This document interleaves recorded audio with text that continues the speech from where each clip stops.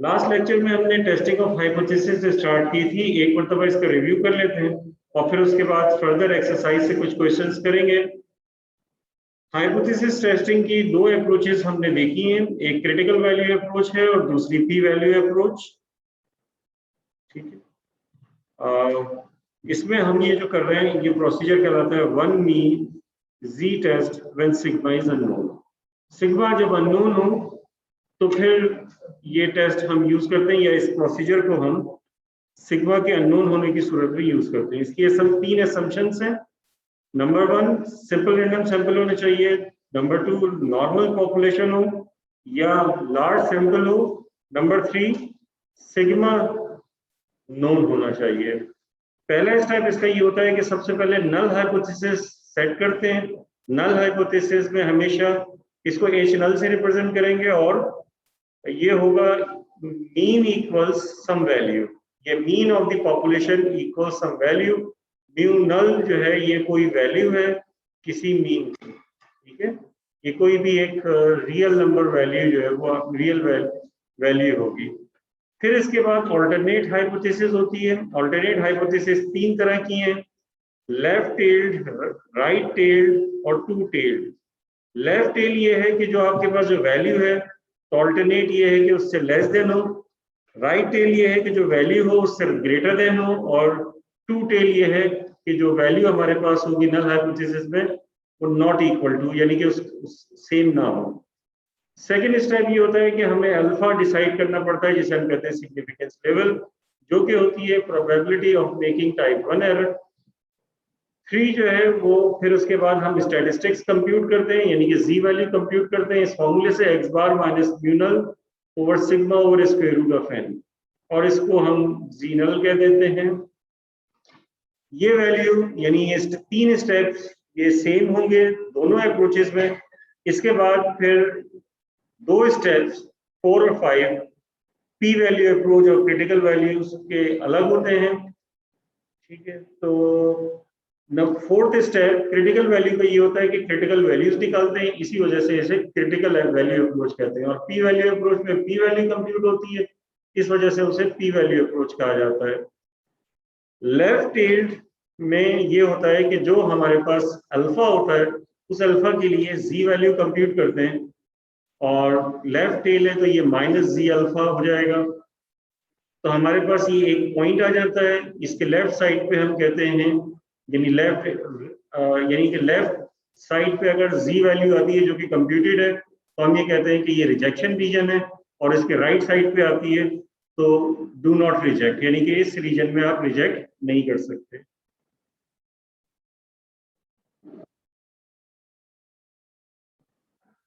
जी नहीं, अभी तक तो ऐसी कोई इंफॉर्मेशन मेरे पास नहीं है। फिर इसके बाद राइट टेल प्रॉब्लम है। राइट टेल प्रॉब्लम में हमारे पास जो अल्फा होता है उसके लिए जी वैल्यू कैलकुलेट करते हैं, क्योंकि राइट टेल है तो इस वजह से राइट साइड पे जो है हमारे पास एरिया आ रहा होता है। तो जो इस जी वैल्यू के राइट पे अगर जी वैल्यू आती है तो वो रिजेक्शन रीजन होता है, और लेफ्ट साइड पे आती है तो इस पे रिजेक्ट नहीं करते हैं। तो टू टेल प्रॉब्लम में हम अल्फा को 2 से डिवाइड कर देते हैं और जी अल्फा बाई 2 की वैल्यू कंप्यूट करते हैं, क्योंकि आपको पता है कि नॉर्मल पॉपुलेशन में ये स्टैंडर्ड नॉर्मल कर्व जो ये सिमेट्रिक होता है, तो सिमेट्रिक होने की वजह से इसके राइट पे जो वैल्यू होगी वो हम लेते हैं प्लस जी अल्फा बाई 2, और लेफ्ट पे जो वैल्यू होती है माइनस जी अल्फा बाई 2 लेते हैं। तो जो माइनस जी अल्फा बाई 2 इसके लेफ्ट में रिजेक्शन रीजन होगा, और प्लस जी अल्फा बाई 2 के राइट पे रिजेक्शन रीजन होगा, और जो बीच में है वो सेफ रीजन होगा, यहाँ पे रिजेक्ट नहीं करते। इसी तरह से फिर ये तो पांचवें स्टेप के साथ में मैंने आपको बता दिया है। पी वैल्यू में ये करते हैं कि जो हमारी जी वैल्यू आई होती है, ये वाली वैल्यू, इस वैल्यू के लिए हम प्रोबेबिलिटी कैलकुलेट करते हैं। लेफ्ट टेल के लिए सारी प्रोबेबिलिटी लेफ्ट साइड पे आएगी, राइट टेल के लिए सारी प्रोबेबिलिटी राइट साइड पे आएगी, और टू टेल के लिए जो प्रोबेबिलिटी है वो 2 में डिवाइड हो जाएगी, कुछ यहाँ आएगी कुछ यहाँ आएगी। तो इसका मतलब ये हुआ कि टेबल से जो वैल्यू निकाल रहे होंगे तो जो पी वैल्यू होगी वो क्या होगी, इन दोनों को ऐड करने के बाद आएगी। और फिर उसके बाद ये होता है कि जो पी वैल्यू हो वो अगर अल्फा जो कॉन्फिडेंस लेवल है उससे अगर सिग्निफिकेंस लेवल है, तो अगर सिग्निफिकेंस लेवल से कम हो रही हो तो उसे रिजेक्ट कर देंगे, अदरवाइज रिजेक्ट नहीं करेंगे। और फिर उसके बाद इसका लास्ट स्टेप होता है कि जिसमें हम इंटरप्रिटेशन करते हैं। एक एग्जांपल हमने इसकी की थी कोई जो है एक्सरसाइज से। अब इसकी, क्योंकि ये राइट टेल की एग्जांपल थी, अब इसके बाद मैं एक एग्जांपल और कराता हूँ, बल्कि दो एग्जांपल और मैं करा रहा हूँ। एक एग्जांपल होगी राइट टेल की, सॉरी लेफ्ट टेल की, और एक एग्जांपल होगी टू टेल की, ताकि तीनों केसेस जो है वो कवर हो जाए। बुक के अंदर जब आप एक्सरसाइज देखेंगे तो कुछ क्वेश्चंस स्पेशली लिखा होगा कि टेक्नोलॉजी के थ्रू होंगे, तो वो सिर्फ टेक्नोलॉजी के थ्रू ही हो सकते हैं। मैनुअली करेंगे तो फिर बहुत जो है वो बहुत लेंदी क्वेश्चंस होते हैं, टाइम कंज्यूमिंग होते हैं, तो वो आप फिर ट्राई नहीं कीजिएगा जिसमें स्पेशली लिखा हो कि ये टेक्नोलॉजी के थ्रू होंगे। तो वो फिर इसका मतलब है कि टेक्नोलॉजी के थ्रू जब ये कह रहे हैं तो इसका मतलब है कि आपसे कह रहे हैं कि किसी सॉफ्टवेयर के थ्रू करें। तो क्योंकि अभी सॉफ्टवेयर के थ्रू हमने अभी फिलहाल नहीं किया है, तो अब इसको बगैर सॉफ्टवेयर के जो है कर रहे हैं। सॉफ्टवेयर के थ्रू हम एक साथ आखिर में करेंगे, उससे ये फायदा होगा कि सबका पिछला रिवीजन भी हो जाएगा सारी चीजों का, और फिर उसके बाद हमें सॉफ्टवेयर के थ्रू भी ये करना आ जाएगा। लेकिन इंशाल्लाह करेंगे जरूर सॉफ्टवेयर के थ्रू।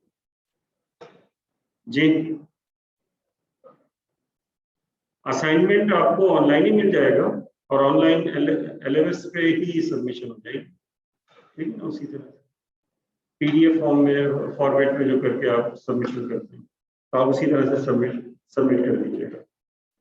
अब मैं एक क्वेश्चन करा रहा हूँ आपको, ये है 9.74, ठीक है। इसमें कह रहे हैं कि in 2005 the mean retail price of agriculture books was $57.61. This year's retail price for 28 randomly selected agriculture books are shown in the following table. ठीक है, ये टेबल दिया हुआ है, इसमें वैल्यूज दी हुई है कुछ। स्क्रीन पे तो मैं नहीं दिखा रहा हूँ आपको, चले मैं ऐसे करता हूँ कि इसको बुक को ओपन कर लेता हूँ ताकि आपको स्क्रीन पे भी नजर आ जाए।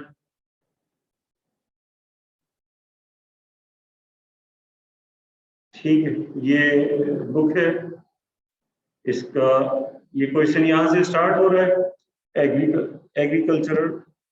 Culture books. यहाँ से मैंने स्टार्ट किया, बाकी बता रहे हैं डेटा का रेफरेंस कि कहाँ से इन्होंने डेटा लिया है।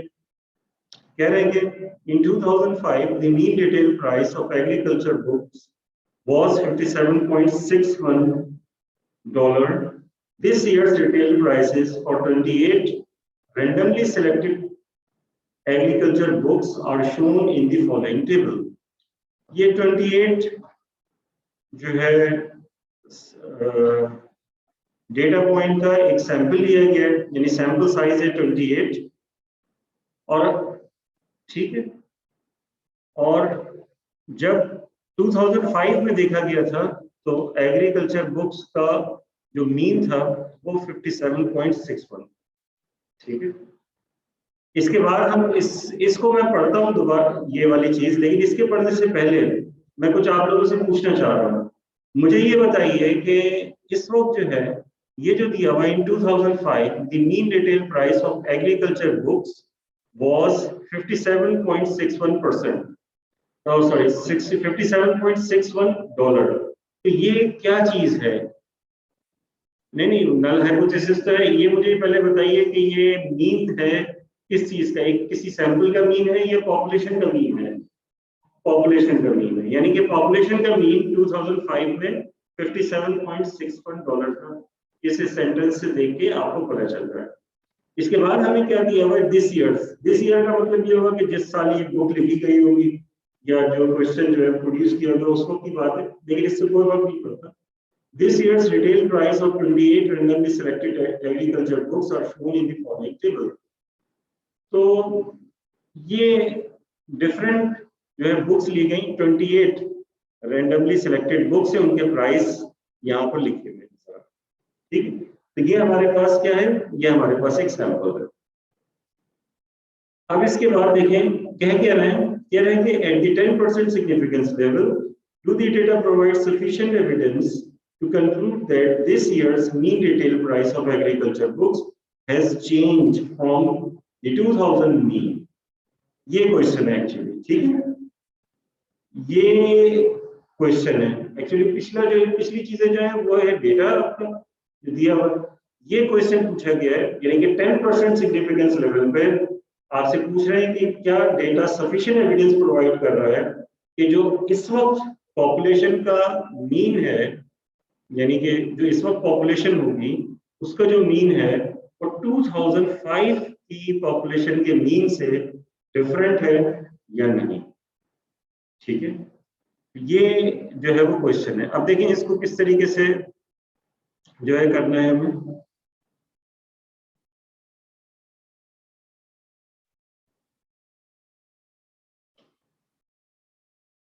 ये क्वेश्चन है 5.74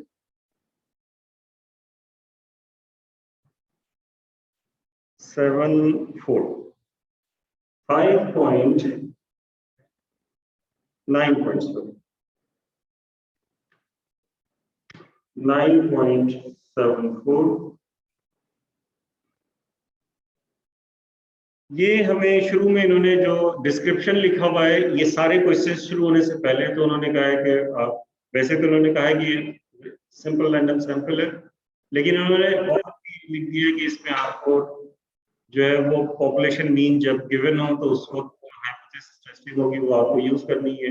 नॉर्मल पॉपुलेशन है, ठीक है, ये सारी चीजें यहाँ पर जो है वो गिवन है। तो अब उसके मुताबिक अब आपको देखना है, सबसे पहले जब हम ये करेंगे तो नल हाइपोथेसिस सेट करेंगे। अब देखिए इंपॉर्टेंट ये है कि बहुत सारी चीजें ऐसी होती हैं कि जो आप लिख देते हैं, गलत समझ के भी लिखते हैं, तो वो फिर क्योंकि उसमें पता नहीं होता कि स्टूडेंट ने क्या समझ के लिखा है, लेकिन वो लिखा सही होता है तो उसको सही समझ लिया जाता है। ठीक है, तो यहाँ पे ये बहुत इंपॉर्टेंट चीज है कि आप इसको लिखें तो आप ये समझें कि ये मतलब आपको ये बताओ कि ये सही लिखा हुआ है। ठीक, अब वो ये किस तरीके से जो है वो लिखेंगे, नल हाइपोथेसिस हम सेट करेंगे। नल हाइपोथेसिस जो है वो सेट करते हैं, हमारा क्लेम जो होता है उससे रिलेटेड होती है नल हाइपोथेसिस। लेकिन जो नल हाइपोथेसिस होगी उसमें लेस देन ग्रेटर देन नहीं होता, इक्वल टू होता है। इसमें क्वेश्चन में उन्होंने कहा था कि इन 2005 the mean retail price of agriculture book was $57.61। अब उसके बाद जो क्वेश्चन है उसमें कह रहे हैं कि at the 10% significance level do the data provide sufficient evidence to conclude that this year's mean retail price of agriculture books has changed from the mean from the 2005 mean के चेंज हो गए। तो इसका मतलब ये हुआ कि हमें अब ये क्लेम ये करना है, ये क्लेम इनका ये है जो कि जैसे हम जो है उसकी टेस्टिंग करेंगे कि अभी के जो मीन है वो 2005 में जो मीन था उसके बराबर है। तो इस वक्त जो आप इसमें नल हाइपोथेसिस में लिखेंगे तो नल हाइपोथेसिस ये बताएगी कि इस वक्त मीन क्या है। तो इस वक्त मीन है $57.61। ये नल हाइपोथेसिस हो जाएगी। लेकिन ये बात जहन में रहे आपके, ये बिल्कुल क्लियर होना चाहिए कि यहाँ जो ये लिखा हुआ है आपने $57.61, ये 2005 का मीन नहीं लिखा हुआ आपने, ये जो इस वक्त है ये उसका मीन लिखा हुआ है हमारा, क्योंकि इनका क्लेम ये है कि इस वक्त मीन वही है जो 2005 के मीन के बराबर है। तो 2005 का मीन हमें इन्होंने दे दिया था कि 57.61 है, तो इस वजह से लिख रहे हैं, क्योंकि टेस्ट हम 2005 के मीन को नहीं कर रहे हैं, हम कर रहे हैं इस वक्त के, ठीक है ना, करंट ईयर के।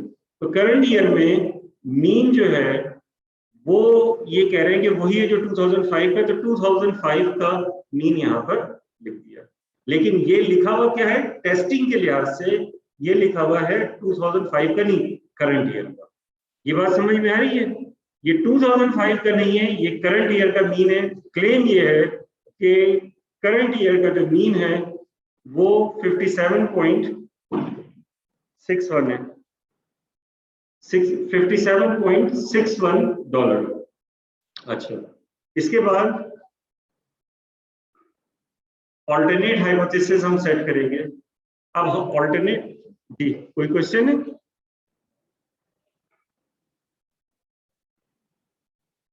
नहीं नहीं, जो क्लेम होगा वो हर क्वेश्चन में लिखा हुआ होगा, तो आपको खुद ही से देखना होगा। देखिए इसमें जो शुरू के कुछ क्वेश्चंस है उसमें तो क्लियरली लिखा हुआ है कि ये नल हाइपोथेसिस है, ये ऑल्टरनेट है। लेकिन इसके अलावा जो क्वेश्चंस होंगे जिसमें पूरा आपको एक सिनेरियो दिया हुआ होगा, स्टेटमेंट दिया होगा तो आपको खुद ही उसमें से देखना होगा कि क्या नल हाइपोथेसिस होगी, क्या ऑल्टरनेट होगी, तो आपको खुद ही देख के बताना होगा। मैंने शुरू के जो क्वेश्चन है उसमें लिखा हुआ है कि mu null is equal to this and mu A जो है या नल हाइपोथेसिस जो होगी उसमें आप ले लेंगे ग्रेटर, लेस और नॉट इक्वल जो भी ले। अब क्योंकि ये देखें कह रहे हैं कि नल ऑल्टरनेट के लिए कह रहे हैं कि do the data provide sufficient evidence to conclude that this year's mean retail price of agriculture books has changed from the 2005 mean? Change हो गए, तो चेंज होने का मतलब है ग्रेटर भी हो सकता है, लेस भी हो सकता है। तो इसका मतलब है कि स्टेटमेंट ये बनेगा कि mu is not equal to 57.61 dollar. ठीक है, ये इसकी ऑल्टरनेट हाइपोथेसिस होगी। कोई प्रॉब्लम? तो हमें टेस्ट किसको करना है? नल हाइपोथेसिस को टेस्ट करना है कि इस नल हाइपोथेसिस को रिजेक्ट किया जाए या रिजेक्ट नहीं किया जाए। तो हमेशा याद रखिएगा इस चीज को टेस्ट किया जाता है वो नल हाइपोथेसिस ही होती है। मैंने शुरू में लिखवाया भी था, ऑल्टरनेट हाइपोथेसिस को टेस्ट कभी नहीं करते। टेस्ट हम करेंगे नल हाइपोथेसिस को कि उसे रिजेक्ट किया जाए या रिजेक्ट नहीं किया जाए। अगर रिजेक्ट कर दिया जाएगा तो फिर उसका ऑल्टरनेट हम ले लेंगे, और अगर रिजेक्ट नहीं किया जा रहा तो बस वही ठीक है। ठीक है, तो ये हमारे पास आ गया, ये स्टेप 1 हो गया। इसके बाद हम स्टेप 2 करेंगे। स्टेप 2 क्या होगा? सर एक क्वेश्चन है। जी पूछें। सर ये आपने जो नल हाइपोथेसिस लिखा है ना, वो एक दफा रिपीट कर देंगे, क्या है वो? नल हाइपोथेसिस है 57.61 डॉलर, और ये इस वजह से किया है कि जो हमारे पास क्वेश्चन है इसमें कह रहे हैं कि at the 10% significance level do the data provide sufficient evidence to conclude that this year's mean. देखें अब ये इस स्टेटमेंट को गौर से सुने। This year's mean retail price of agriculture books has changed from the 2000 mean. यानी कि जो है अभी के जो करंट प्राइस है एग्रीकल्चर बुक्स के, वो जो 2005 के प्राइस से उससे चेंज हो गए हैं। तो नल हाइपोथेसिस के लिए हमने ये किया कि इसको ले लिया कि जो इस वक्त करंट जो है ईयर है इसके जो मीन पॉपुलेशन यानी कि मीन जो प्राइस है एग्रीकल्चर बुक के मीन रिटेल प्राइस वो 57.61 डॉलर है। ये हमने कंसीडर कर लिया, और इसका ऑल्टरनेट जो इधर दिया हुआ है वो हमने कह दिया कि mu is not equal to 57.61 dollar. ये इसका ऑल्टरनेट हो गया जो कि क्वेश्चन में लिखा हुआ है। ठीक है, अगर आपके पास बुक है तो आप उसको बुक को जो है ओपन करके इस स्टेटमेंट को 2-3 मरतबा रीड कीजिए तो आपको अंदाजा हो जाएगा कि हमें क्या करना है। ठीक है, तो सबसे इंपॉर्टेंट ये है कि जो बुक है उसको उसके क्वेश्चन को 2-3 मरतबा रीड कर लें। ठीक, अब इसके बाद स्टेप 2 है। स्टेप 2 में हम क्या करेंगे? स्टेप 2 में हम जो है वो सिग्निफिकेंस लेवल बताएंगे। इन्होंने दिया हुआ है significance level eight the 10% significance level. Alpha की वैल्यू इन्होंने दी हुई है 10% यानी कि 0.1। ये हमें पता चल गया। ये ध्यान में रहे कि ये क्या है? टू टेल प्रॉब्लम है। ठीक है, 3 स्टेप 3 ये होगा कि हम जी वैल्यू कंप्यूट करेंगे। जी वैल्यू के लिए फॉर्मूला हम लिखेंगे x bar minus mu null divided by sigma over square root of n। Population का स्टैंडर्ड डेविएशन हमें इसमें दिया हुआ है, क्योंकि शुरू में क्वेश्चंस में लिखे हुए थे कि इसमें दिया हुआ है, तो मैंने पूरा क्वेश्चन रीड नहीं किया था। अब मैं रीड कर देता हूं। इसमें लिखा हुआ है assume that the population standard deviation of prices for this year's agriculture book is 8.45 dollar. और यानी कि अब मैं डेटा लिख रहा हूं जो हमारे पास यहाँ पे गिवन है। Population standard deviation is given here 8.45 dollar. और क्या हमारे पास है n की वैल्यू, क्योंकि 28 बुक्स ली गई हैं एग्रीकल्चर की और उनके जो है वो प्राइस निकाले गए। और इसके अलावा सम दिया हुआ है इन्होंने, ये दिया हुआ है 1539.414 जी। पॉपुलेशन म्यू से रिप्रेजेंट करते हैं जी। एक्स बार है सैंपल का म्यू, कैलकुलेट करना होगा, एन और सिग्मा एक्स है, ठीक है जी। और किसी ने कुछ पूछा था?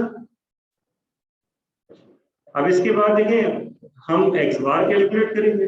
एक्स बार होता है सम एक्स डिवाइडेड बाई एन। ये हमारे पास है 1539.14 डिवाइडेड बाई 28। जी बताइए कितना आएगा ये? 54.97 54.97। फिर उसके बाद स्टेप 4। अब स्टेप 4 नहीं, अभी पहले जी तो निकाल लें हम। जी वैल्यू होगी एक्स बार जो कि हमने निकाला है 54.97 माइनस म्यू। म्यू हमारे पास है 57.61 डिवाइडेड बाई सिग्मा जो कि है हमारे पास 8.45 divided by square root of 28। जी बताइए कितना आएगा ये जी वैल्यू?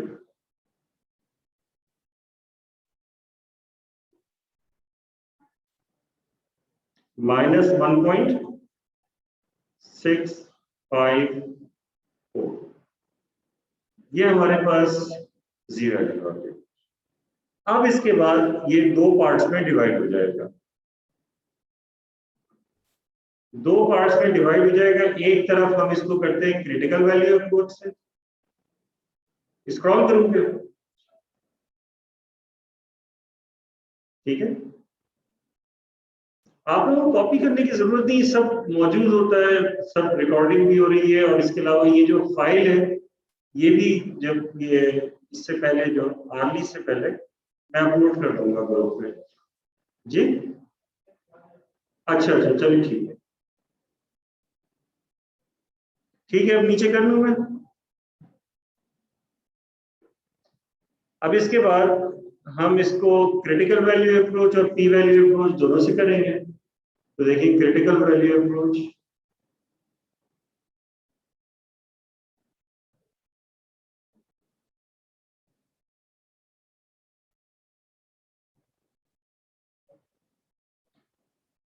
क्रिटिकल वैल्यू अप्रोच में हमें क्या करना होगा? हमें z अल्फा बाई 2 निकालना होगा। उसकी वजह क्या है? उसकी वजह ये है कि ये टू टेल प्रॉब्लम है। तो z अल्फा बाई 2, इसका मतलब ये हुआ कि z ये फोर्थ स्टेप होगा, ठीक है। यानी कि z.05। तो z.05 तो हमने लास्ट क्लास में भी निकाला था, कितना था? 1.645।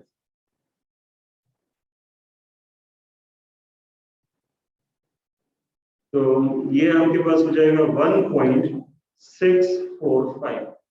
ये जी वैल्यू आ गई। अब क्योंकि हमें पता है सर जी जी जी पूछें। सर जी 0.05 जो जी है सर, मैंने उसको चेक किया, वो -1.645 है। तो सर जी इसका जी माइनस से कोई इफेक्ट नहीं पड़ेगा? दोनों लिखेंगे, नेगेटिव भी और पॉजिटिव भी।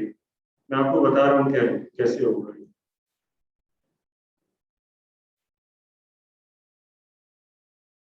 टू टेल प्रॉब्लम है ना ये, इस वजह से जो है इस तरह से लिखेंगे। ये जी एक्सिस है, ये 0 है क्योंकि ये standard normal curve, standard normal curve में जो है सिमेट्री होती है।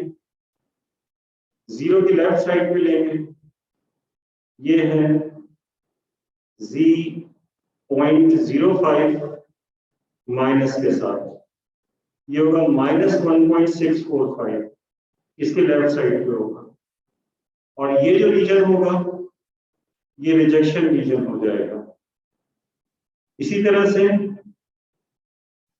ये वाला जो रीजन है ये होगा Z.05, ये प्लस के साथ होगा 1.645। इसी तरह से ये प्रोबेबिलिटी 0.05 होगी। और ये जो रीजन है ये रिजेक्शन रीजन होगा, और यहाँ हम रिजेक्ट नहीं करते, do not reject null hypothesis, ये सेफ रीजन है। ठीक है,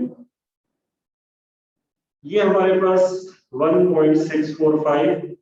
तो अगर इसका मतलब ये हुआ कि Z वैल्यू जो हमने कंप्यूट की है वो 1.645 से ज्यादा आएगी तो रिजेक्ट कर देंगे, या अगर Z वैल्यू -1.645 से कम आएगी तो फिर हम उसे जो है रिजेक्ट कर देंगे, अदरवाइज इसको रिजेक्ट नहीं करेंगे।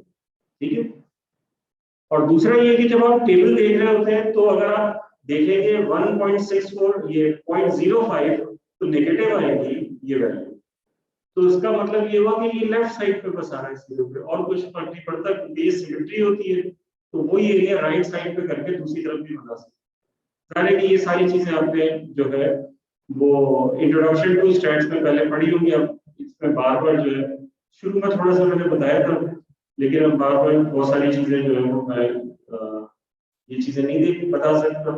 तब आप ये कीजिएगा कि जो है अगर मुश्किल हो रही है किसी को तो एक्स्ट्रा टाइम में जो है वो या तो टी के पास चले जाए या मेरे पास आ जाए, तो मैं उनको जो है पुराना सारी चीजें जो है वो क्लास के अलावा टाइम में एक्सप्लेन कर दूंगा। ठीक है, अच्छा जी, ये आपके पास आ गया, फिर स्टेप 5 आ गया। स्टेप 5 ये होगा कि हम देखेंगे कि हमारी जो सी वैल्यू है कैलकुलेटेड वो क्या आ रही है, तो वो आ रही है -1.654। तो ये इससे जो है थोड़ी सी ज्यादा नहीं कम आ रही है, कम आ रही है, यानी लेफ्ट साइड के लेफ्ट इसके लेफ्ट साइड पे हो गई। ये आपने सही कैलकुलेट किया ना ये वैल्यू, देख लीजिए भाई, अगर जरा सी भी इसमें मिस्टेक होगी तो फिर ये प्रॉब्लम हो जाएगी। तो ये जो आपकी जो जी वैल्यू आ रही है यानी -1.654, जो कि इसके लेफ्ट साइड पे यानी कि रिजेक्शन रीजन पे। रिजेक्शन रीजन का मतलब है कि जो Z वैल्यू जो कंप्यूट की थी आपने -1.654 which is less than -Z.05 which is equal to -1.645। तो इसका मतलब ये हुआ कि रिजेक्ट H नल को रिजेक्ट कर, ये हो गई क्रिटिकल वैल्यू अप्रोच। अब इसके बाद इसको दोबारा करेंगे और अब हम करेंगे इसे P value approach.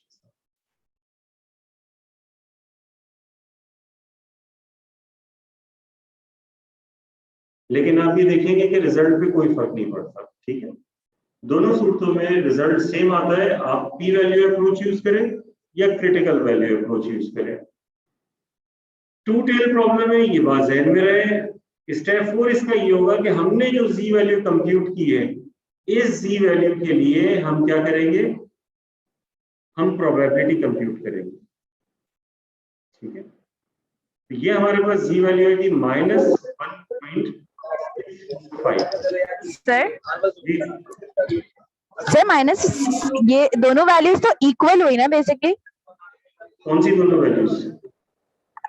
Z value हमारी और जो Z अल्फा है, तो ये तो जाहिर है कि सिमेट्री होती है ना इसमें, एक तरफ Z अल्फा होता है -Z∝/2 होता है, दूसरी तरफ +Z∝/2 होता है। ये हमने यहाँ भी देखा था लास्ट क्लास में, मैंने आपको टू टेल में बताया था। ये देखिए ये दोनों सेम होगी, एक होगा -Z∝/2 और एक होगा +Z∝/2, सिर्फ साइन का फर्क होगा। नहीं सर, बट हम रिजेक्ट इसको क्यों कर रहे हैं? -1.654 इज नॉट लेस देन -1.645। अच्छा सही से okay got correct, sorry my bad sir, मुझे लगा था वो दोनों वैल्यूज इक्वल हैं। अच्छा ठीक है, एक डेसिमल पॉइंट का फर्क, बहुत थोड़ा सा फर्क है, लेकिन ये कि फर्क है। ठीक है, अच्छा, अब इसके बाद जो है जी वैल्यू हमारे पास है -1.654।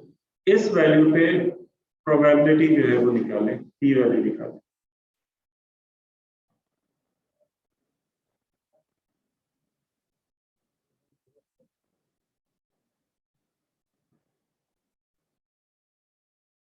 लेकिन ये अब जहन में रहे कि ये दोनों को मिला के जो है ये वैल्यू आएगी।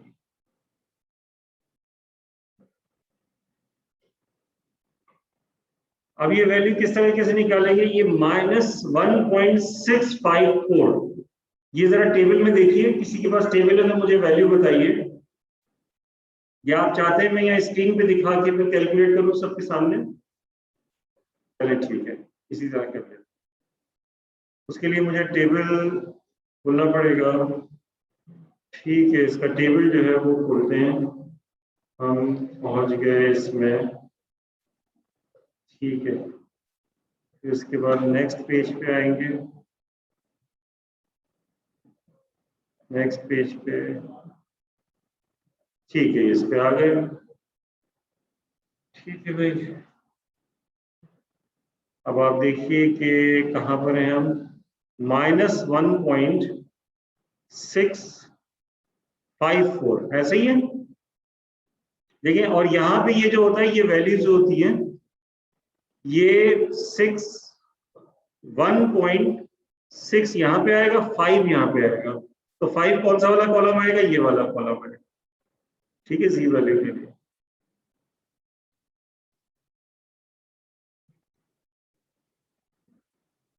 वन 1.65। अच्छा, तो ये 0 1 2 3 4 5 ये आपके पास है। ठीक है, 0.0495।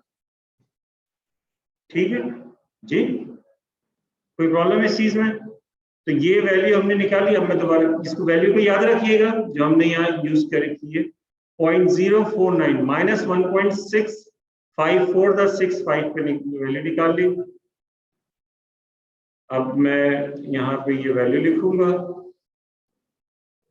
तो अब ये जो आपके पास वैल्यू आई है ना, तो पी वैल्यू आपके पास क्या होती है, आपको बताया था मैंने कि जो पी वैल्यू होती है वो ये दोनों वैल्यूज होती हैं, ये और ये मिला के। ठीक है ना, अभी जो है ये कहलाती है पी वैल्यू।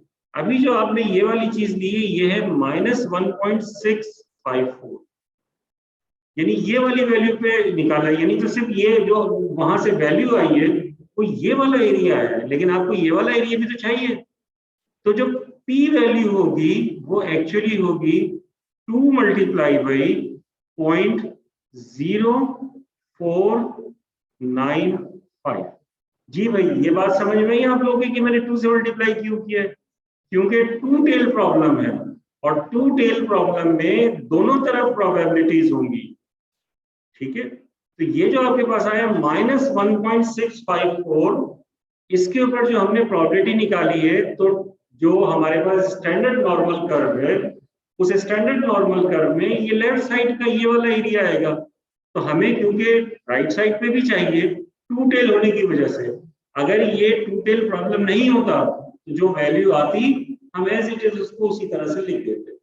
लेकिन क्योंकि ये टू टेल प्रॉब्लम नहीं है, इस वजह से, सॉरी टू टेल प्रॉब्लम है, इस वजह से 2 से मल्टीप्लाई करते हैं। चले मुझे बताइए कि 2 से मल्टीप्लाई करने के बाद कितना आ रहा है? 0.09599। ठीक है, अब इसके बाद देखिए बहुत ही थोड़ा सा फर्क है, जैसे यहाँ भी बहुत थोड़ा सा फर्क था, इसी तरह यहाँ भी जाहिर है रिफ्लेक्ट होगा, वो थोड़ा ही सा डिफरेंस होगा। स्टेप 5 में हम ये कहते हैं कि P अगर लेस देन और इक्वल टू अल्फा हो, देन, यानी कि if P is less than और equal to alpha, then reject H null.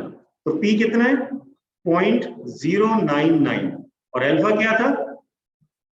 Alpha था 0.1, तो जाहिर है 0.1 से छोटा है ये, तो इसका मतलब क्या होगा? रिजेक्ट। Reject H null. तो आपने H नल को रिजेक्ट कर दिया। तो देखिए यहाँ से भी यही आया था रिजेक्टेशनल, यहाँ से भी ये आ गया रिजेक्टेशनल, क्योंकि ये बहुत थोड़ा ही सा डिफरेंस था, तो यहाँ भी बहुत थोड़ा सा आया, लेकिन रिजल्ट सेम होगा दोनों सूत्रों में, बशर्ते कि आप कैलकुलेशन में कोई मिस्टेक ना कर दो। अगर आप कैलकुलेशन में कोई मिस्टेक कर देंगे तो फिर वो एक अलग बात है, लेकिन जो है अगर आपने सही प्रोसीजर किया है तो इससे कोई फर्क नहीं पड़ेगा, रिजल्ट हर सूरत में सेम होगा। ठीक है, यहाँ तक कोई प्रॉब्लम इस चीज में। अब इसके बाद इसका लास्ट स्टेप है, वो दोनों के लिए सेम होता है। जी कोई क्वेश्चन किसी का? अब इसके बाद हम इसकी इंटरप्रिटेशन लिखेंगे।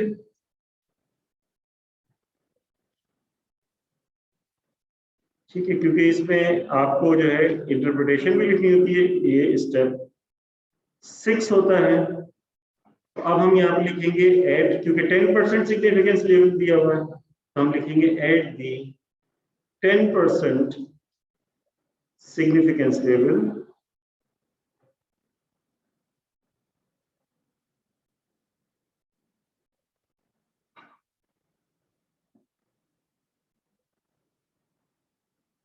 अब देखें ये नल हाइपोथेसिस को हमने क्या कर दिया है, रिजेक्ट कर दिया है। नल हाइपोथेसिस को हमने यहाँ पर रिजेक्ट कर दिया है, तो इसका मतलब है कि उसका ऑल्टरनेटिव कंसीडर कर लिया जाएगा। अगर नल हाइपोथेसिस रिजेक्ट नहीं करते तो ऑल्टरनेटिव कंसीडर नहीं किया जाता। अब देखिए इंटरप्रिटेशन लिखने का क्या तरीकेकार होगा। पिछला जो हमने लिखा था उसमें नल हाइपोथेसिस को रिजेक्ट नहीं किया था, तो हमने कहा था कि डेटा सफिशिएंट एविडेंस प्रोवाइड नहीं करता।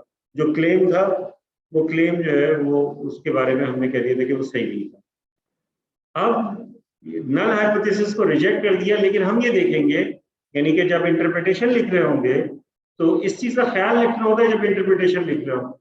जब हम इंटरप्रिटेशन लिखेंगे तो हम इस चीज को कंसीडर करेंगे कि उनका जो स्टेटमेंट था, क्वेश्चन का जो स्टेटमेंट था वो किस तरीके से था। अब उस क्वेश्चन के स्टेटमेंट की सपोर्ट हो रही है या नहीं हो रही। अगर क्वेश्चन में जो स्टेटमेंट दिया हुआ था उसको सपोर्ट हो रही है तो हम ये कहेंगे कि डेटा सफिशिएंट एविडेंसेस प्रोवाइड कर रहा है कि ये कंसीडर कर ली जाए। और अगर उसको सपोर्ट नहीं मिल रही तो फिर हम ये कहते हैं कि डेटा सफिशिएंट एविडेंस प्रोवाइड नहीं कर रहा इतने सिग्निफिकेंस लेवल पे कि इसको जो है वो कंसीडर कर लिया जाए। और ये बात जरूरी है कि सिग्निफिकेंस लेवल की इंपॉर्टेंस होती है। अब यही जो क्वेश्चन है, यही वाला क्वेश्चन, ये 10% सिग्निफिकेंस लेवल पे है। आपसे अगर कहा जाए कि 5% सिग्निफिकेंस लेवल पे बताइए, तो इसी क्वेश्चन में क्योंकि बहुत ही नैरो मार्जिन है, तो जब आप देखेंगे इसे 5% सिग्निफिकेंस लेवल पे, तो नल हाइपोथेसिस को रिजेक्ट नहीं करें। ठीक है, अगर मैं आपको एक्सरसाइज दूं यही क्वेश्चन की और आपसे कहूं कि इसे 5% सिग्निफिकेंस लेवल पे कीजिए, तो ऐसी सूरत में जो उनका स्टेट यानी कि नल हाइपोथेसिस है वो रिजेक्ट नहीं होगी। ठीक है, चलिए मैं इसका स्टेटमेंट ये जो है ये लिख रहा हूं। इंटरप्रिटेशन ये बहुत इंपॉर्टेंट होती है। इंटरप्रिटेशन आपसे रिक्वेस्ट भी ये करेंगे कि हर क्वेश्चन में कि आप जो है उसके जो आंसर होगा उसकी सपोर्ट में आखिर में इंटरप्रिटेशन जरूर लिखें। ये क्वेश्चन पूछे।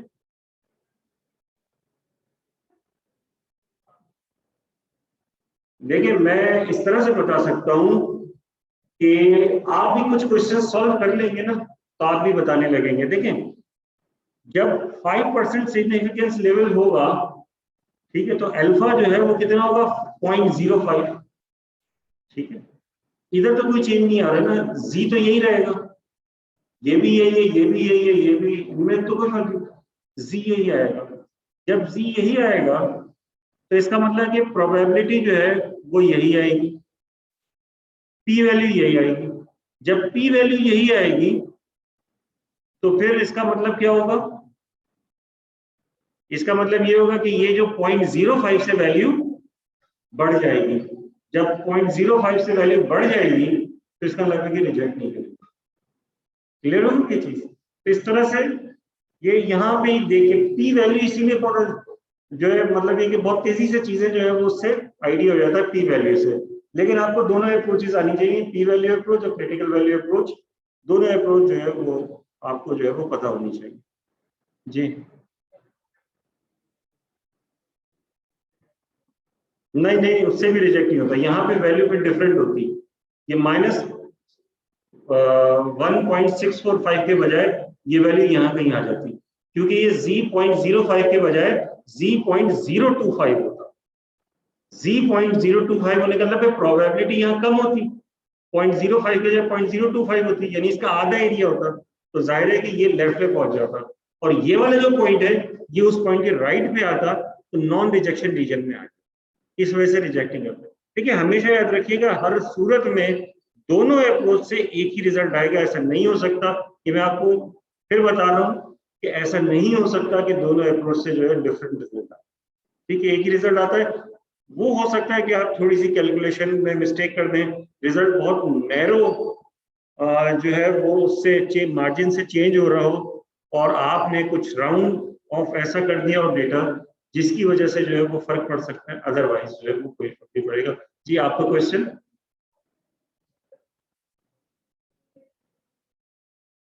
सॉरी,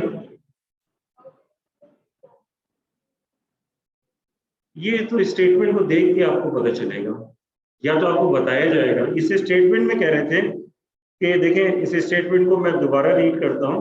कह रहे थे कि do the data provide sufficient evidence to conclude that this year's mean retail price of agriculture books has changed from the 2000, यानी कि 2005 के बाद जो, यानी ये जो डेटा है ये कह रहा है कि क्या सफिशिएंट एविडेंस प्रोवाइड कर रहा है कि अभी इस वक्त का मीन 2005 के मीन से डिफरेंट है। अब इन्होंने वर्ड यूज किया डिफरेंट, तो डिफरेंट का मतलब है नॉट इक्वल। ठीक है, तो टू टेल हो गया। अगर ये कहते हैं कि डेटा क्या सफिशिएंट एविडेंस प्रोवाइड कर रहा है कि जो 2005 के मुकाबले में करंट ईयर के प्राइस हाई है, तो ये हो जाता है राइट टेल, क्योंकि वो हो जाता है कि म्यू इज ग्रेटर देन आ जाता, तो राइट टेल बन जाता। या अगर ये प्रॉब्लम कहते कि डेटा सफिशिएंट एविडेंस प्रोवाइड कर रहा है कि दिस ईयर्स जो retail price of agriculture books are less than the 2005 mean price, retail price of 2005, तो फिर क्या कहता है, लेस देन आएगा तो ये लेफ्ट टेल बन जाता। तो ये तो आपको खुद देखना होगा, ये आपको बताएंगे नहीं कि प्रॉब्लम लेफ्ट टेल है राइट टेल है, ये स्टेटमेंट में जो लिखा होगा उसके मुताबिक आप से करना। ठीक है, किसी का और कोई क्वेश्चन है? ठीक है, तो इसको जो है मैं अब ये लिख देता हूं। एट द 10% सिग्निफिकेंस लेवल, मैं वही लिख रहा हूं, the data provide sufficient evidence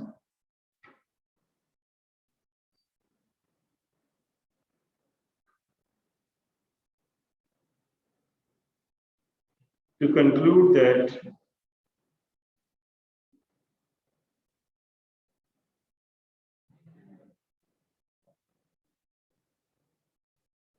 this year's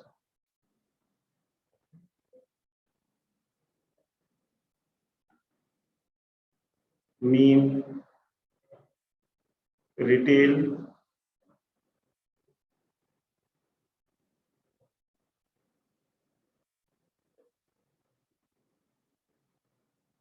price of agriculture goods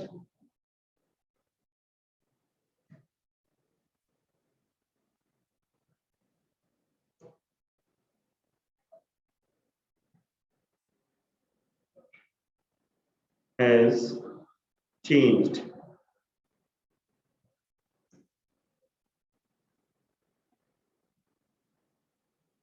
from the 2005 mean। अब देखिए, अगर यही 5% पे होता तो जाहिर है कि हम रिजेक्ट नहीं करते, तो हम इसका इंटरप्रिटेशन क्या लिख रहे होते? At the 5% significance level the data do not provide sufficient evidence to conclude that this year's mean retail price of agriculture books has changed from the 2005 mean। यानी कि उसमें हम रिजेक्ट नहीं करते, तो फिर ये वाला जो स्टेटमेंट था, ये वाला जो है हम इसको कंसीडर नहीं करते। जी भाई समझ में आ रहा है? ये कोई प्रॉब्लम इस चीज में? तो ये प्रॉब्लम हमने जो किया है लास्ट क्लास में हमने किया था राइट टेल, ये हमने किया है टू टेल। अब एक प्रॉब्लम और मैं करा देता हूँ लेफ्ट टेल का। इस तरह से तीनों जो है वो किस टाइप्स हो जाएंगे, ठीक है? जी जी आप कॉपी कर लें।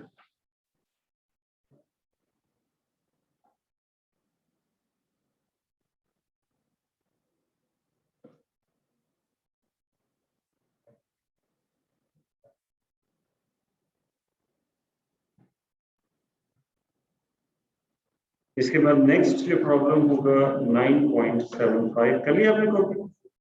यही मुझे नजर आ रहा है कि ये एक लेफ्ट टेल प्रॉब्लम है, तो हम ऐसे इसे ही देख लेते हैं। आयरन डेफिशिएंसी से रिलेटेड है प्रॉब्लम। अच्छा कहाँ से ये क्वेश्चन स्टार्ट हो रहा है, तो मैं इसको रीड करना शुरू करता हूँ। या ऐसा करते हैं कि बुक ओपन कर लेता हूँ ताकि जो है वो आप लोगों को भी जो है सब नजर आ जाए।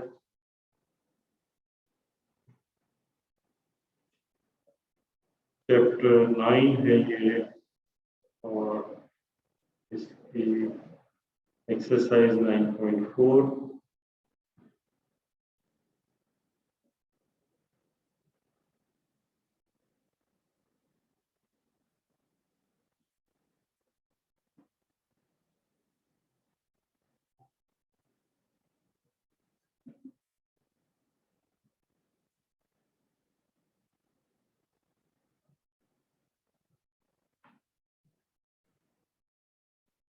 ठीक है इसको थोड़ा और बड़ा कर लेता हूँ। 9.75 इसमें कह रहे हैं कि the recommended dietary allowance RD of iron for adult females under the age of 51 is 18 milligram per day। ठीक है, ये एक रिकमेंडेड डेली अलाउंस है इसका, ठीक है, आयरन का। The following iron intakes in milligrams were obtained during a 24-hour period for 45 randomly selected adults female under the age of 51। ये उनका डेटा दिया हुआ है। इन्होंने क्या है कि जो एवरेज है पॉपुलेशन का वो या रिकमेंडेशन जो है वो इतनी है कि 18 होना चाहिए, 18 मिलीग्राम पर डे। लेकिन जो 51 जो लिया है डेटा, ये डेटा में नजर आ रहा है, ठीक है। इसका मतलब एन की वैल्यू 45 है, यहाँ पर 45 जो है ये सिलेक्ट किए गए। आप कह रहे हैं कि at the 1% significance level do the data suggest that adult females under the age of 51 are on average getting less than the RD of 18 milligram of iron। यानी कि अब ये क्लेम इनका ये है कि क्या डेटा हमें ये सजेस्ट कर सकता है 1% सिग्निफिकेंस लेवल पे कि जो फीमेल जिनकी एज 51 से कम है वो RDA यानी कि रिकमेंडेड डेली अलाउंस जो है वो 18 मिलीग्राम ऑफ आयरन इससे कम ले रही है, ठीक है। तो इसको देखते हुए मुझे ये बताइए कि जो पॉपुलेशन है उसका मीन क्या होना चाहिए इसमें? 18, मतलब जो टेस्ट करेंगे हम, जो टेस्ट हमें करना है, यानी कि जो ना हाइपोथेसिस होगी वो ये होगी कि जो फीमेल हैं जिनकी एज 51 से कम है उनका जो आरडीए है वो 18 मिलीग्राम पर डे है, ठीक है। ये हमारे पास म्यूनल हो गया। अब ये कह रहे हैं, अब इस स्टेटमेंट को गौर से पढ़ें, इस स्टेटमेंट को गौर से पढ़ें। इसके मुताबिक क्या लिखा हुआ है? At the 1% significance level, do the data suggest that adult females under the age of 51 are on average getting less than the RD of 18 milligram of iron। तो ये जो है वो ऑल्टरनेट क्या बनेगा? लेफ्ट टेल यानी कि लेस देन 18, ठीक है। तो बस इसे लिखते हैं, बाकी चीजें तो पता ही है। हमारे पास N45 है, एक्स बार डायरेक्टली इन्होंने दे दिया और ऐसे दी पॉपुलेशन स्टैंडर्ड डेविएशन 4.2 मिलीग्राम। बाकी सारी चीजें हमारे पास मौजूद हैं और इसको अब हम सॉल्व करना शुरू कर रहे हैं। ठीक है। तो इसके लिए हमने सबसे पहले नल हाइपोथेसिस लिखी। नल हाइपोथेसिस यानी स्टेप 1 के लिए नल हाइपोथेसिस हमारी होगी mean is equal to 18 milligram.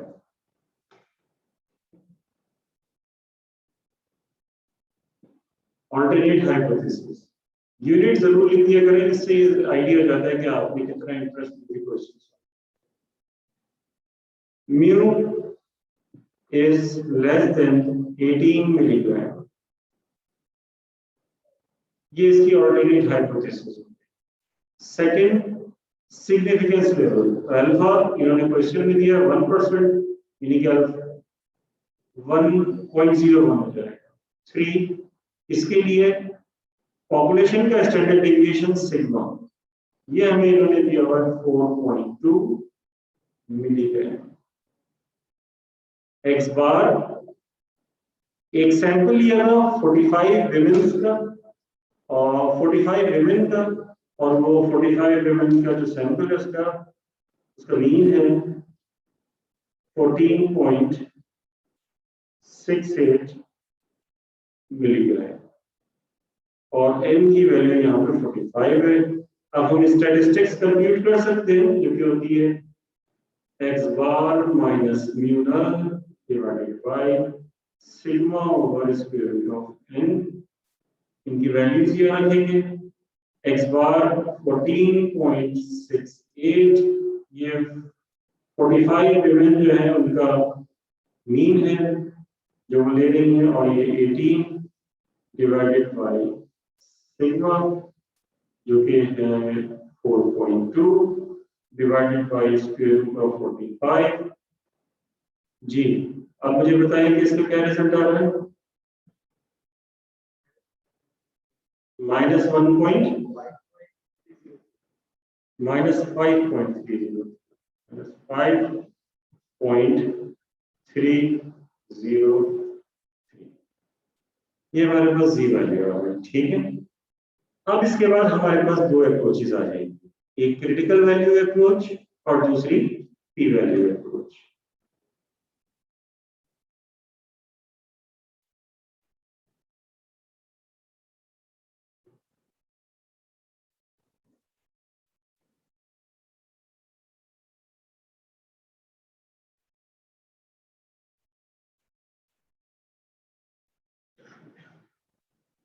और दूसरी है पी वैल्यू अप्रोच।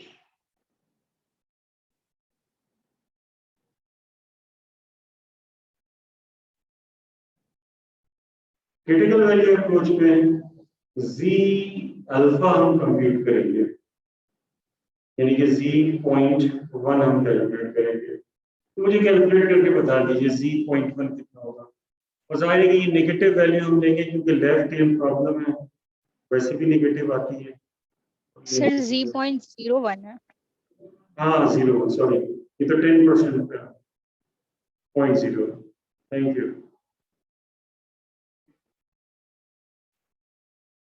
जी कितना आएगा ये?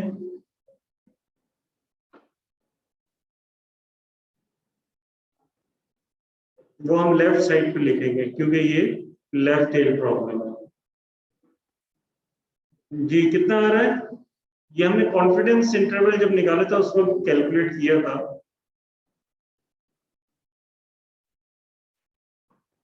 आप पुराने लेक्चर्स अगर किसी ने नोट किए हुए तो उसमें से देख सकते हैं। या फिर मुझे इधर ही देखना पड़ेगा, पीछे में चले जाता हूँ।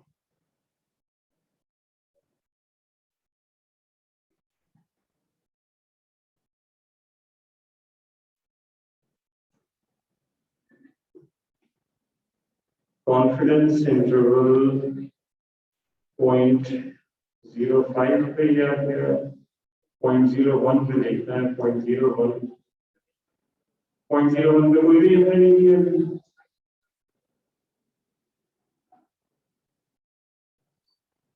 0.02 तो 5 पे किया था, 0.01 पे नहीं किया, चलो ठीक है, हाँ 0.005 पे कर दिया था। चलो ठीक है, बता देख के बता दें आप लोग टेबल में से, नहीं समझ में आ रहा जी। 0.4960,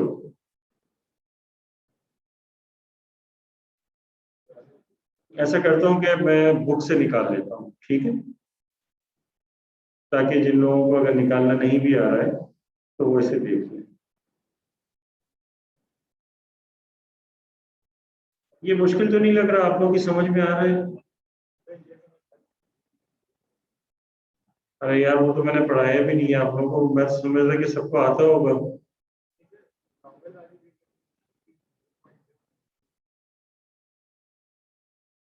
दोनों चीजें आनी चाहिए ना, प्रोबेबिलिटी से जो है वो जी वैल्यू निकालना और जी वैल्यू से प्रोबेबिलिटी निकालना।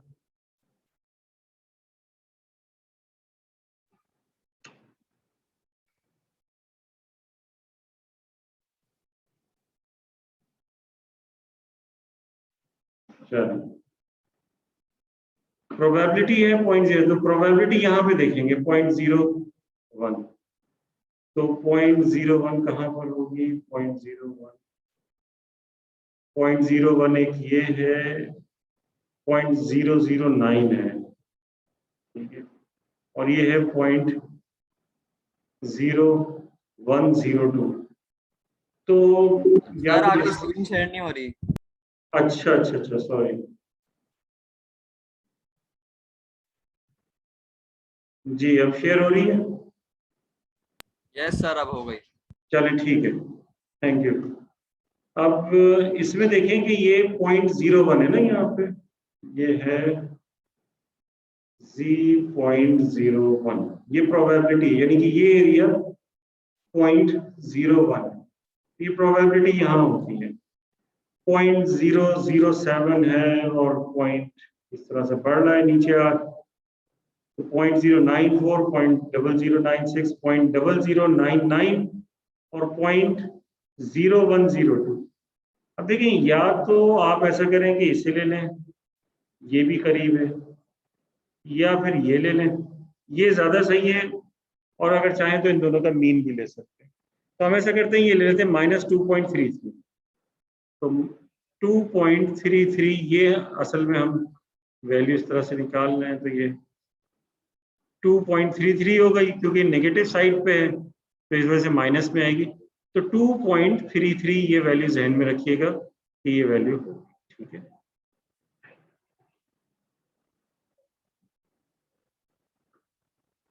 अब यहां देख लेते हैं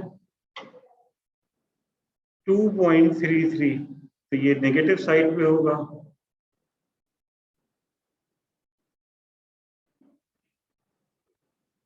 -2.33, क्योंकि लेफ्ट टेल प्रॉब्लम है। ये हमारे पास जो है एरिया 0.01 है, ये रिजेक्शन रीजन है, यहाँ पे हम रिजेक्ट नहीं करते हैं। अब हम ये देखेंगे कि हमारे पास जो आया है वो कितना आ रहा है, -5.303, ये तो बहुत ही बाहर आ रहा है इधर, -5.303, तो इसके लेफ्ट साइड पे आ रहा है, तो कौन सी रीजन में आ गया? रिजेक्शन रीजन में आ गया। ये स्टेप 4 था, ये स्टेप 5 है, तो हम ये लिखेंगे कि Z जो कि कंप्यूट किया हमने -5.303 is less than Z.01 which is -2.33, तो हम ये लिखेंगे कि रिजेक्ट H null, तो H null को रिजेक्ट कर दो। अब यही P वैल्यू से भी करेंगे, तो हमारे पास जो Z है -5.303, देखिए अब यहाँ पे आप मुश्किल में आ जाते हैं, क्योंकि ये वैल्यू टेबल में नहीं होती। उसकी रीजन ये होती है कि हमारे पास जो है 4 डिजिट तक जो है यहाँ पर वैल्यूज होती है, और 4 डिजिट्स यानी इसको 0 कह देते हैं, और उससे जो छोटी वैल्यूज होती हैं उसके लिए टेबल में वैल्यूज नहीं होती। लेकिन ये कैलकुलेटर से मिल जाती है। अगर आपके पास कैलकुलेटर्स हैं तो कैलकुलेटर जो इसके कंप्यूट करने के होते हैं या सॉफ्टवेयर होता है उसमें ये वैल्यू जो है वो मौजूद होती है। इसका भी तरीका एक ये होता है कि जब हमारे पास इस तरह से आ जाए, देखें ये, अब आप इसे देखेंगे तो ये इन्होंने डैगर बनाया हुआ है यहाँ पर, अगर आप इसे गौर से देखें -3.9 है, ये देख 0.000 आ गया, और -3.8 से और मजीद छोटी जो वैल्यू हुई तो यहाँ पे 0.000040 हो गई। इसके बाद दरअसल कुछ वैल्यूज होती, लेकिन जाहिर है कि वो वैल्यूज नहीं आ रही क्योंकि हम डेसिमल के बाद 4 डिजिट ले रहे हैं, यानी सिग्निफिकेंट फिगर्स यहाँ कम है।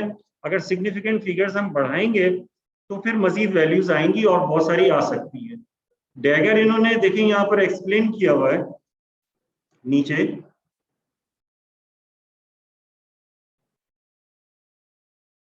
ये कह रहे हैं कि for z is less than और equal to -3.90 the area are 0.0000 to 4 decimal places, यानी कि 4 डेसिमल प्लेसेस में ये 0 होगा और उससे मजीद जो है, तो अगर आप ये कैलकुलेटर से निकालेंगे इस वैल्यू को, जो कैलकुलेटर इसके होते हैं स्टैटिस्टिक्स के, पी वैल्यू को कंप्यूट करने के तो उसमें ये वैल्यू आएगी तकरीबन पॉइंट के बाद 9 या 8 जीरो आएंगे और उसके बाद 1 या 2 इस तरह से वैल्यू, ये बहुत ही छोटी वैल्यू, ठीक है ना। जीरो कंसीडर तो नहीं करें क्योंकि वो जीरो नहीं होता, लेकिन हम बहुत छोटी वैल्यू कंसीडर कर सकते हैं, ठीक है।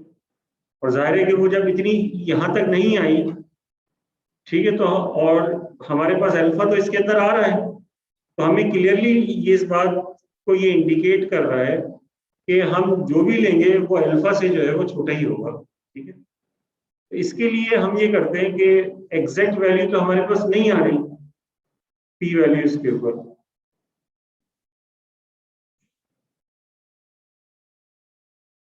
तो ये जो आपके पास है -5.303, इसका जो एरिया आ रहा है ये बहुत ही जो है वो छोटा सा जो है वो एरिया होगा। आप इसे जो है 0.0000, तो ये तो होगा -0.39, ये इतना है। यार मैंने इसका कैलकुलेटर से एरिया निकाला, जी मैंने इसको कैलकुलेटर से कैलकुलेट किया, एरिया को बहुत छोटा आ रहा है, मतलब 0.70 और फिर 57077। हाँ, मैं यही कह रहा था कि बहुत 0.000000, फिर कितना रहा है 57, जी 57077। ठीक है, तो ये 507 ये कर, तो P इसकी वैल्यू आ जाएगी 0.00 या 0.0000507, ये इसकी वैल्यू आ गई, which is less then alpha जो कि 0.01 है। अगर आप यहाँ भी 1 लगाते बीच में तो भी जाहिर है कि अल्फा से कम ही हो जाती है, तो इसका मतलब है कि रिजेक्ट,